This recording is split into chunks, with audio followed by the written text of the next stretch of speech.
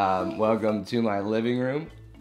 In this new year, I've decided that I want to read more books. And so to help motivate me to read more books, I'm going to make a video about each one just so I can remember what I read at the end of the year. And if it's helpful for any of y'all, that's an extra bonus. And so my first book that I read is called Parenting, and it's by Tripp.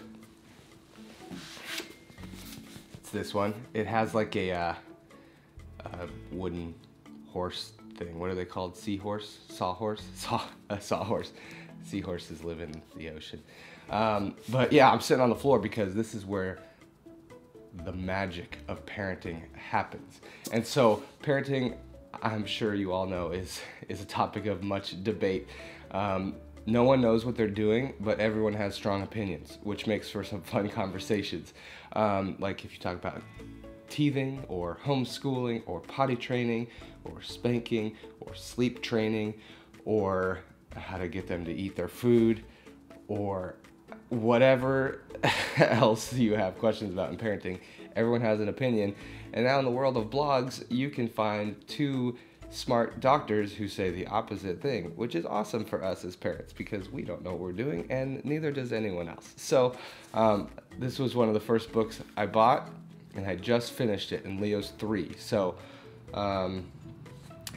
parenting becomes much more of a thing around toddler stage. So started reading this last year actually, and just finished it. And my main takeaways from this book, it's really a book that's kind of trying to get your heart right when it's about parenting. It doesn't give you any details or like how to do anything. It just says this is how your heart and your mind should approach parenting. And so the main thing, well, not the main thing, he's got a lot of main things. He's got like 10 main things for each one's a chapter.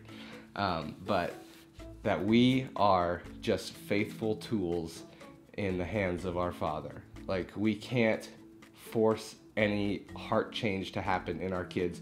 We can force external obedience for a while through fear and shame or whatever else we try to do, but we can't force the change on the inside of our kids that we want. So we are tools, and then we pray our brains out, and then just hope that God starts to work these changes in their hearts. And so our job is to kind of stoke the fire, and then he's the one that ignites the flame. The other thing that he talks about is that parenting is a high calling. It's a really, really big deal.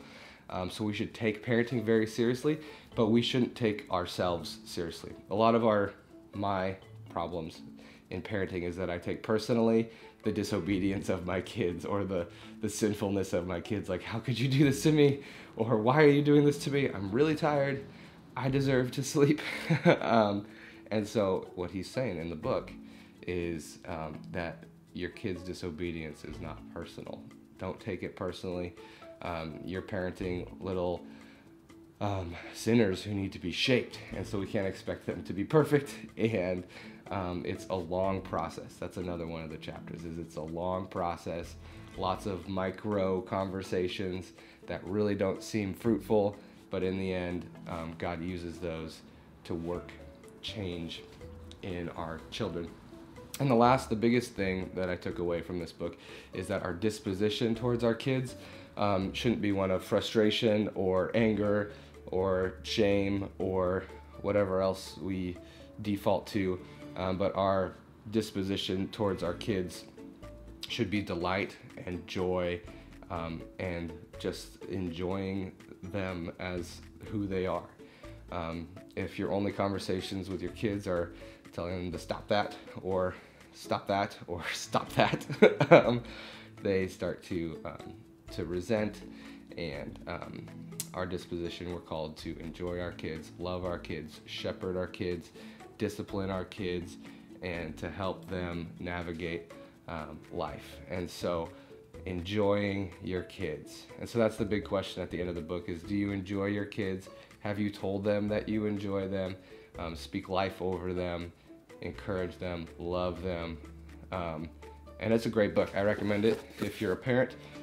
It gives a lot of like negative examples of what not to do, and then a few examples of like what to do, because I feel like as parents we do a lot of the negative, and so there's some good examples in here.